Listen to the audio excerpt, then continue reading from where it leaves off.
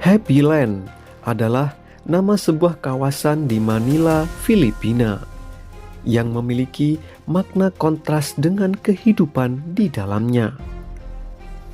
Happy Land yang secara harfiah berarti tanah bahagia, justru menyajikan ironi yang sangat menjadikan. Sebuah kenyataan hidup yang sangat jauh dari kata kebahagiaan. Happy Land adalah potret buram yang dibingkai dalam sempitnya ruang, dengan para penghuni yang seolah hidup bertumpuk, terhimpit di lingkungan yang seakan menolak kenyamanan dan kesehatan. Di tempat ini, kesulitan hidup bukan hanya bagian dari kehidupan sehari-hari, tetapi telah menjadi nafas yang mereka hirup dalam setiap ruang pengap yang mereka huni. Tondo, tempat di mana Happy Land berdiri, bukan hanya distrik terbesar di kota metropolitan, tetapi juga merupakan tempat kumuh terbesar dan terburuk di Manila, yang menjadi rumah bagi sekitar 640.000 orang yang sebagian besar dari mereka tinggal di jalanan atau gubuk kecil yang tampak kumuh. Happy Land memiliki tingkat kepadatan yang sangat tinggi, di mana sudut di tempat ini penuh sesak dengan bangunan darurat yang dibangun berdekatan tanpa ruang terbuka atau ventilasi yang memadai. Jalan-jalan sempit yang hanya bisa dilalui oleh pejalan kaki atau sepeda motor yang menjadi akses utamanya. Lingkungan yang kumuh ini memperparah kualitas hidup penduduk Happy Land, di mana aroma tidak sedap, polusi, dan kebisingan yang menjadi bagian dari kehidupan sehari-hari. Begitu buruknya kawasan ini, bahkan jalan setapaknya telah berubah menjadi tumpukan sampah. Di sini, jalanan aspal menjadi tidak terlihat karena telah ditutupi oleh kantong-kantong plastik tua busuk, kemasan kosong, dan jenis sampah lainnya yang membentuk jalan yang dilalui sehari-hari. Sebagian besar keluarga Happy Land tidak memiliki rumah dengan kamar-kamar terpisah atau ruang privasi. Tempat tinggal mereka adalah ruang kecil yang rata-rata berukuran 10 meter persegi. Dan di ruangan inilah sekitar 10 hingga 15 orang harus berbagi atap, dinding, serta lantai. Ruangan ini adalah segalanya yang berfungsi sebagai tempat tidur, sebagai dapur, ruang makan, dan kadangkala juga menjadi tempat bekerja atau serta digunakan sebagai tempat bersosialisasi. Ketika malam, lantai yang dipenuhi alas tidur tipis menjadi satu-satunya tempat beristirahat setelah seharian bertahan hidup atau beraktivitas sehari-hari. Dalam kondisi sempit semacam ini, setiap anggota keluarga di Happy Land seringkali harus berbagi tempat tidur, dan terkadang antara 2 hingga 4 orang harus berbagi satu alas kecil. Sementara anak-anak tidur di pangkuan orang tua atau menyelinap di antara celah kosong yang mungkin masih tersisa. Dengan demikian, setiap inci ruang di tempat ini adalah nilai yang sangat berharga. Bahkan di Happy Land, untuk mengubah posisi tidur saja perlu dilakukan dengan sangat hati-hati agar tidak mengganggu tidur orang lain. Tempat tinggal yang sempit ini diperparah dengan konstruksi bangunan yang tidak stabil, yang terbuat dari bahan-bahan bekas seperti papan kayu, seng, dan plastik. Tumpukan barang-barang yang tidak memiliki tempat penyimpanan dan disertai ventilasi yang buruk dan penuh sesak, dan tentu saja sangat jauh dari standar kata layak.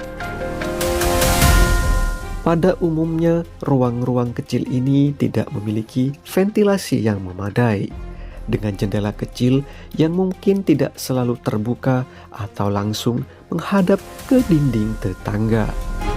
Dengan banyaknya orang yang tinggal di dalamnya, udara segar akan sulit untuk masuk. Di malam hari, terutama saat suhu kota Manila yang panas dan lembab menambah tekanan, membuat mereka yang tinggal di dalamnya terbangun dalam keringat, merasa tercekik di dalam rumah mereka sendiri. Bagi anak-anak dan orang tua, situasi ini adalah pukulan berat.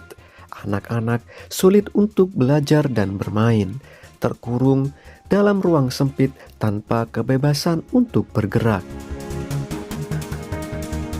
Ini sebenarnya bukanlah satu-satunya masalah di Happy Land. Keterbatasan ruang bukan hanya menjadi masalah di dalam rumah. Di luar, jalanan sempit yang hanya cukup dilalui satu orang serta penuh sesak dengan rumah-rumah yang berdempetan membuat akses ke toilet umum dan sumber air bersih menjadi perjuangan sehari-hari. Toilet umum hanya tersedia dalam jarak sekitar 50 meter, yang berarti mereka harus berbagi fasilitas ini dengan banyak keluarga lainnya.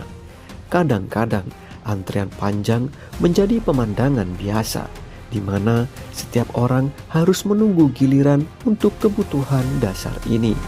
Di sisi lain, air bersih menjadi kebutuhan yang sangat langka.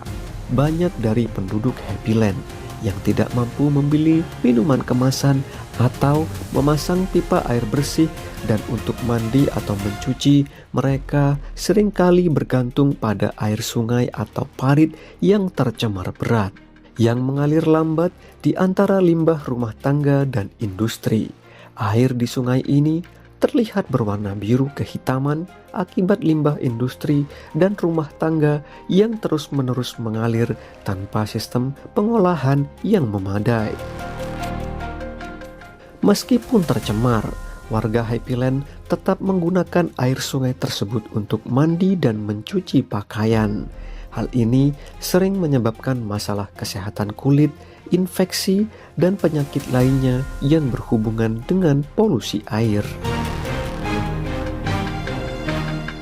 Di kawasan Happy Land, konsep kenyamanan hampir tidak ditemukan dalam kehidupan sehari-hari. Bagi mereka, bertahan hidup adalah prioritas utama. Lingkungan yang penuh sesak menjadikan kehidupan di tempat ini sebagai perjuangan panjang yang melelahkan. Bau menyengat dari sampah dan parit kotor menjadi bagian dari kehidupan sehari-hari. Sebuah aroma yang terus mengingatkan bahwa kenyamanan dan kebersihan adalah kemewahan yang tidak bisa mereka nikmati. Di Happy Land, tidak ada apapun yang bisa disebut sebagai hiburan selain kebersamaan mereka dalam ruang kecil serta mimpi mereka yang seringkali tidak lebih dari harapan untuk bisa makan, kenyang, atau tidur lebih nyaman di malam berikutnya. Di Happy Land, anak dalam usia yang masih sangat muda sudah harus mengenal kerasnya kehidupan. Mereka seringkali terlihat membantu orang tua mereka mengais sampah atau mencari sisa makanan di tumpukan sisa makanan restoran. Makanan ini kemudian diolah kembali menjadi santapan sehari-hari yang dikenal dengan nama pakpak. Istilah pakpak dalam bahasa Tagalog berarti mengibaskan atau membersihkan. Tetapi di kawasan kumuh seperti Happy Land, pakpak merujuk pada praktik pengumpulan sisa makanan dari restoran, mencuci makanan tersebut lalu memasaknya kembali, kemudian menyantapnya.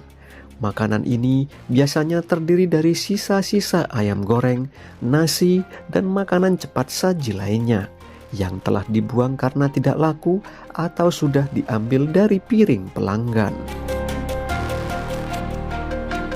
Tingginya biaya hidup di kota dan kurangnya akses terhadap pekerjaan yang stabil memaksa banyak keluarga untuk mencari makanan yang terjangkau, bahkan jika harus mengambil dari tempat sampah.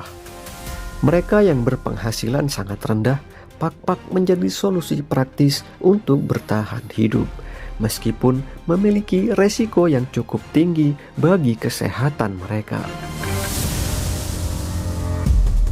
Happy Land menjadi gambar nyata dari krisis kependudukan di Manila, di mana ruang yang ada sangat terbatas dan tidak layak untuk tempat tinggal. Tidak ada data resmi yang menetapkan luas pasti dari Happy Land, karena kawasan ini merupakan pemukiman informal tanpa izin yang berkembang dari waktu ke waktu. Kata Happy Land sebetulnya berasal dari kata Happy Land. Dialek sehari-hari, kata Happy Land berarti tempat pembuangan sampah berbau busuk dan menyengat, yang hal ini memang sangat sesuai dengan kondisinya. Tetapi kemudian kata Happy Land berevolusi menjadi Happy Land. Kemungkinan besar kata perubahan ini adalah hasil dari percakapan bahasa Inggris yang terputus-putus antara penduduk setempat dan pengunjung berbahasa Inggris yang menanyakan nama tempat tersebut. Perubahan ini kemudian diterima dengan mufakat seolah untuk meredam asli yang kurang sedap menjadi ungkapan bahagia yang menyatakan kebahagiaan di tempat di mana kebahagiaan adalah salah satu hal terakhir yang bisa ditemukan. Dengan demikian, Happy Land, sebuah tempat yang namanya seolah menggambarkan kebahagiaan, adalah ironi nyata dari perjuangan manusia melawan keterbatasan ruang. Udara dan kehidupan yang tidak bisa memberi kemewahan. Happy Land bukan sekedar kawasan kumuh, tetapi sebuah komunitas yang terus bertahan meski pengapnya hari-hari mereka menguji batas kemanusiaan mereka setiap saat.